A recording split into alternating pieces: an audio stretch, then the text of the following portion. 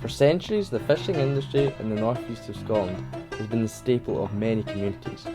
Towns such as Fraserburgh and Cullen wholly relied on the fishing industry as a main source of jobs. At the peak of the herring boom in 1907, 2,500,000 barrels of fish, that's 227 tonnes, were cured and exported, the main markets being Germany, Eastern Europe and Russia.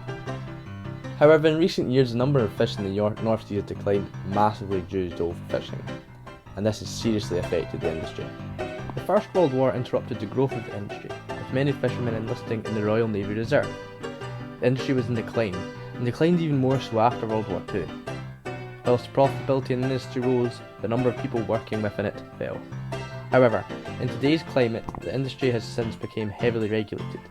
This ultimately has led to a decline in smaller fishing communities, but there is still large amounts of fish being caught at Aberdeen, Peterhead, Fraserburgh and Shetland. Craig Smith has been trawling the waters of Scotland for over 30 years, and he has dedicated most of his time to identifying the best fishing locations across the country. He has travelled all around the British Isles in a bid to try and catch the best quality fish. The job requires him to be fishing all week, and this often leads to him being away from home for long periods of time. Fishing quotas also have a large effect on where and how much fish trawlers are entitled to catch. This then often leads to many trawlers having to fish other parts of the UK. Another problem that faces smaller trawlers is that more modern and better equipped trawlers are able to catch fish for longer periods of time, and essentially then catch more fish. This has a detrimental effect on smaller trawler boats. We've gone pretty much non-stop now. This summer we've been like in 2 weeks changing a couple of crew. The boat just launched continuous. If I was working down in Newland it was the same. So we're pretty much gone non-stop 6 months of the year. The winter months we've already 3-week trips. Maybe land every 5-6 days, but maybe land 4 times and then come home for a 5 days or a week. So it's usually like 3 weeks away, a week at home. But it's the only way. This fishery is kind of, the squid fishery is kind of very fickle. We care relatively nothing about them for all the time we've been at it.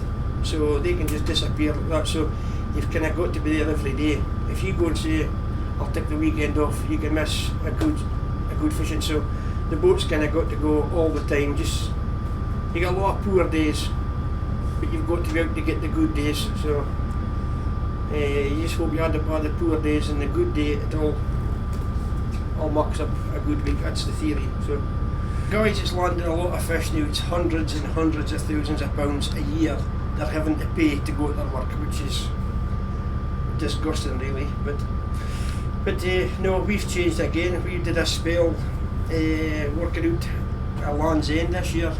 Way down England, it's 4 days to get there. We did a 3-month spell down there because we couldn't get access to quota in the North Sea, but we get quota for Mainland Atlantic. So we was down there for 3-4 months.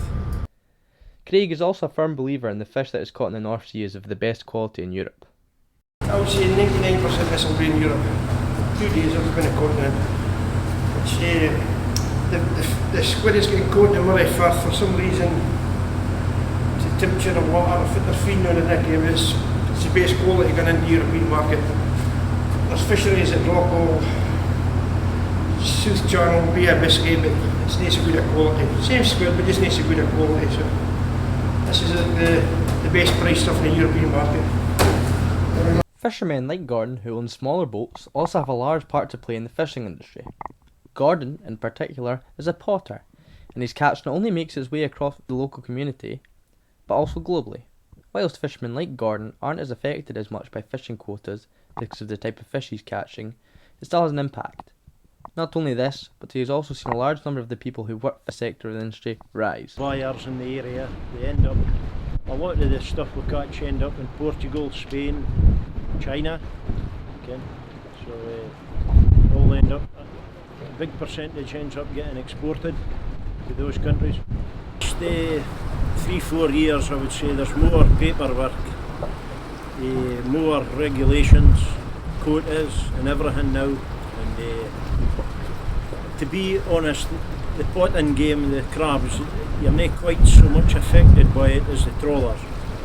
But there definitely is a lot more regulations and everything. There's a lot more people at the job now, and there's a lot of trawlers here, and it's a lot more busy than when I first started here, especially at the potting game, getting the crabs and everything. Eatmere Fish is a family-run business found in Buckie.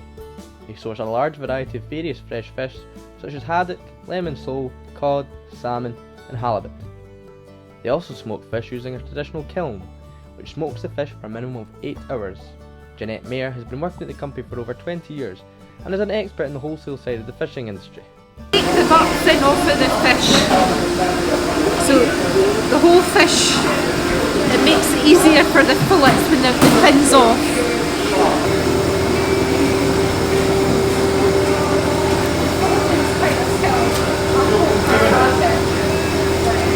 Halfway through the process, the fish has been filleted at this point. The skin's still on both the tongue. It goes under frozen drum because it's wet.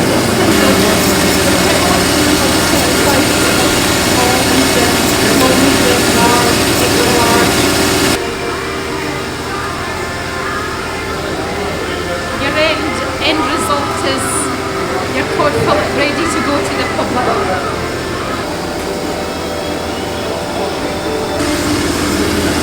Yeah, you can see the end result.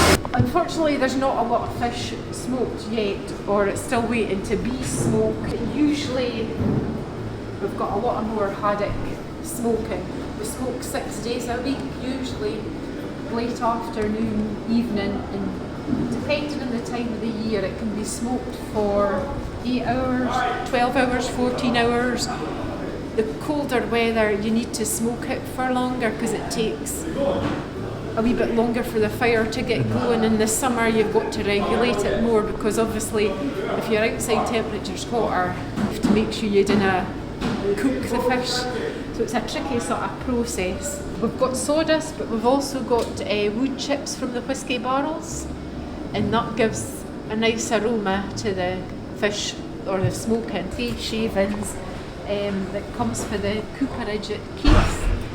So where they repair or mend the whisky barrels, there's always like trimmings which they keep for a few of the fish processors. Once the fish has been smoked, your salmon and your mackerel, they get placed in trays. We cook salmon separately from the mackerel because of the thickness and the size of the fish. They take different cooking times. So it goes in this side raw, it comes out the other side cooked.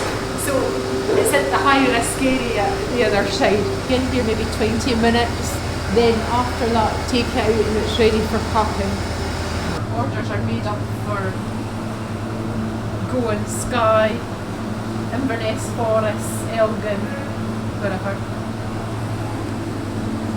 think we must see if I can see if I can The Peterhead Port Authority was formed on the 1st of January 2006, following a merger of Peterhead Harbour Trust and Peterhead Bay Authority.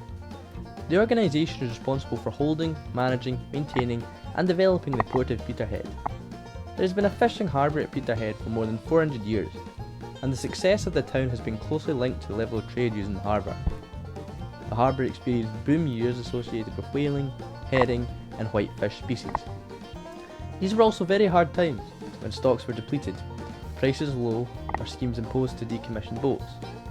However, a series of strategic investments to provide modern and capable harbour facilities has now helped to project Peterhead to be the largest fishing port in the UK. Today, Peterhead is a versatile port, which provides deep water berthing for a broad range of industries, including fishing, oil and gas, renewables, agricultural products and leisure. Every Monday to Friday at 7 AM, sales at the fish market begin. During 2011 landings of 133,000 tonnes, this was valued to be at £165 million. It is at the fish market that most of the money is made. Faukaber's Fish Bar is a family-run traditional fish and chip shop serving the local community of Faukaber's and the surrounding areas. They are very proud of their fish and the ability to deliver a great customer service. Proof is in the pudding, as they have been voted the #1 fish and chip shop in Scotland. They are also finalists in the Quality Award in staff training and development categories. There is also a very large focus on providing jobs to the locals within the business. Fish and chips have been in my family's history for a number of years. When I was aged about 5 to 7, I lived in a fish and chip shop in West Yorkshire with my parents. That wasn't my chosen career. In later life I chose a career in the Air Force, and my parents and my brother, they were in fish and chips up until about 10 years ago. So fish and chips has always been within my family. So, you know, when I had conversations with my parents back home, it always revolved around fish and chips. So it wasn't something that I wasn't aware of. And it just sent a natural progression. When I had a chance to come out of the Air Force in 2013, my children went to the local school in Fochabers, and as it happens, the fish and chip shop was up for sale at the time. So it was just like a natural step to me. North East of Scotland is a predominantly haddock area. If you go down, you get to the border and you go into England, it's completely different. It's a cod area, and haddock's quite rare. Up in Scotland, it's completely different. Although there are some English people who live in Scotland, so we do supply a small amount of cod. We're probably 98% haddock, and we sell fresh haddock, supplied locally by Eatmare Fishing Bucket. A brilliant family business, always source the best of product. They're quite into sustainability as well, which is important to us.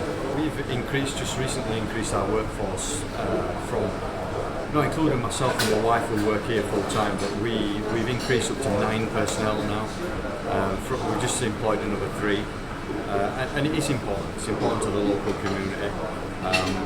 We do employ a relatively young workforce between the ages of 16 and 23. We've got one lady that's more my age, but that's the only elder one. I think she's around 48. And out of our employees at the minute, we put through 8 employees through modern apprenticeship programs and SVQs.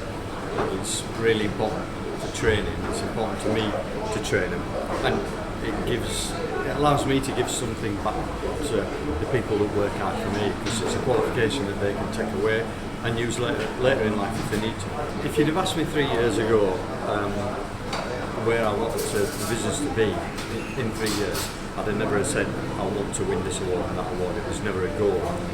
We just did things the right way, and it's been noted in the industry that we've been doing things as you should do, what they call best practice, and they've seen an increase in what we do. They've seen what we do online with our training and development and the quality award, and it was really on the back of that I was encouraged to go for some of the national awards, and we found that people that were coming and judging us liked what we do. So it's never been a real aim for us, but it's just sent a natural progression of what we do. From the little seaside fishing villages to the big cities, the fishing industry has been and will be a massive source of income for the North East for many years to come. And from the fishermen to the fish and chip shop, it is clear that they all understand the role they play within it. From catching to felting to frying, each is just as important to the economy of the North East of Scotland. Whilst it often doesn't get the recognition that it deserves, it affects people more than they realise. If it wasn't for the work of these men and women, the country would likely not be renowned for its quality of fish across the globe.